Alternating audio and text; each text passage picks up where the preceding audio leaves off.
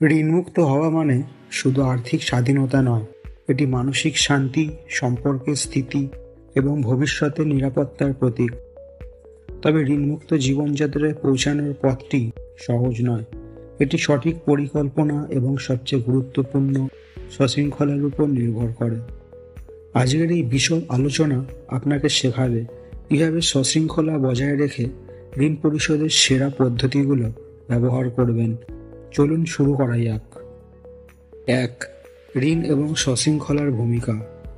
ঋণের প্রকৃতি এবং এর প্রভাব। ঋণ নেওয়া বর্তমান সমাজে একটি সাধারণ ব্যাপার। এটি আপনার আর্থিক ক্ষমতাকে বাড়িয়ে দেয়, তবে এটি দায়বদ্ধতাও নিয়ে আসে। ঋণের ধরন: ব্যক্তিগত ঋণ, গৃহ ঋণ, শিক্ষা ঋণ, ক্রেডিট কার্ড ঋণ। ঋণের প্রভাব: উচ্চ সুদের হার এবং মাসিক কিস্তি আয়ের একটি বড় অংশ নিয়ে নেয়। ঋণের বোঝা উদ্বেগ এবং চাপ সৃষ্টি করে। ঋণের কারণে সামাজিক জীবনে স্থিতি নষ্ট হয়। সশৃঙ্খলা কেন গুরুত্বপূর্ণ? সশৃঙ্খলা ছাড়া ঋণ পরিশোধ সম্ভব নয়। এটি বাজেট মেনে চলতে সাহায্য করে, অপ্রয়োজনীয় খরচ এড়াতে সহায়ক, সময় মতো ঋণ পরিশোধের অভ্যাস গড়ে তোলে। আত্মনিয়ন্ত্রণের অভাবের ফলাফল: খরচের উপর নিয়ন্ত্রণ হারানো, ঋণ ক্রমাগত বৃদ্ধি পাওয়া, ভবিষ্যতের আর্থিক সুরক্ষার অভাব। 2. সশৃঙ্খলা গড়ে তোলার পদ্ধতি। দৈনন্দিন অভ্যাস পরিবর্তন। প্রতিদিন ছোট ছোট অভ্যাস পরিবর্তন করুন। উদাহরণ: বাইরের খাবারের বদলে বাড়িতে রান্না করা। প্রেরণা ধরে রাখা: ঋণমুক্ত জীবনের একটি চিত্র মনে রাখুন। ঋণ পরিশোধের প্রতিটি ছোট অগ্রগতি উদযাপন করুন। লক্ষ্য নির্ধারণ এবং অগ্রাধিকার দেওয়া: সমস্ত ঋণের তালিকা তৈরি করুন। বেশি সুদের ঋণ আগে পরিশোধ করুন। সুনির্দিষ্ট সময়সীমা নির্ধারণ করুন। 3.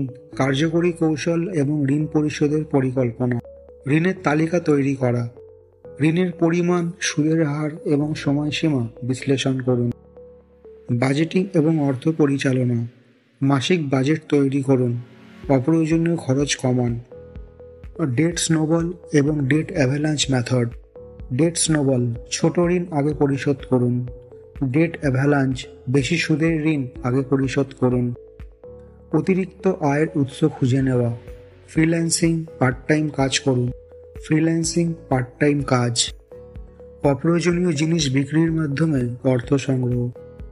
4. ঋণ পরিশোধে মনস্তাত্ত্বিক প্রস্তুতি। মানসিক চাপ মোকাবিলা। মেডিটেশন এবং যোগব্যায়াম করুন। পরিবার এবং বন্ধুবান্ধবের সমর্থন নিন। ধৈর্য এবং নিয়মিততা বজায় রাখা। প্রতিদিন অল্প অল্প করে অগ্রগতি লক্ষ্য করুন। নিজেকে মাঝে মাঝে পুরস্কৃত করুন। ঋণমুক্ত জীবনের স্বপ্ন।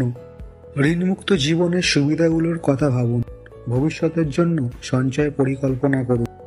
5. ঋণ নেওয়ার ক্ষেত্রে সতর্কতা। নতুন ঋণ নেওয়ার আগে চিন্তা করুন। অপ্রয়োজনীয় ঋণ এড়ান। প্রয়োজন হলে কম সুদের ঋণ নিন। জরুরি ফান্ড তৈরি। ভবিষ্যতে জরুরি প্রয়োজনের জন্য অর্থ সঞ্চয় করুন। 6. ঋণমুক্ত জীবনের সুবিধা। আর্থিক স্বাধীনতা। ভবিষ্যতের জন্য বিনিয়োগের সুযোগ, সঞ্চয়ের ক্ষমতা বৃদ্ধি। মানসিক স্বস্তি। চাপমুক্ত জীবন, ব্যক্তিগত এবং পারিবারিক সম্পর্কের উন্নতি। ভবিষ্যৎ পরিকল্পনা, স্বাধীনতা। সন্তানদের ভবিষ্যৎ সুরক্ষিত করা, নিজস্ব লক্ষ্য পূরণ। ঋণমুক্ত জীবন মানে শুধু আর্থিক স্বাধীনতা নয়, এটি মানসিক শান্তি এবং ভবিষ্যতের নিরাপত্তা। আজকের আলোচনা যদি আপনাকে সাহায্য করে তবে লাইক, শেয়ার এবং সাবস্ক্রাইব করুন।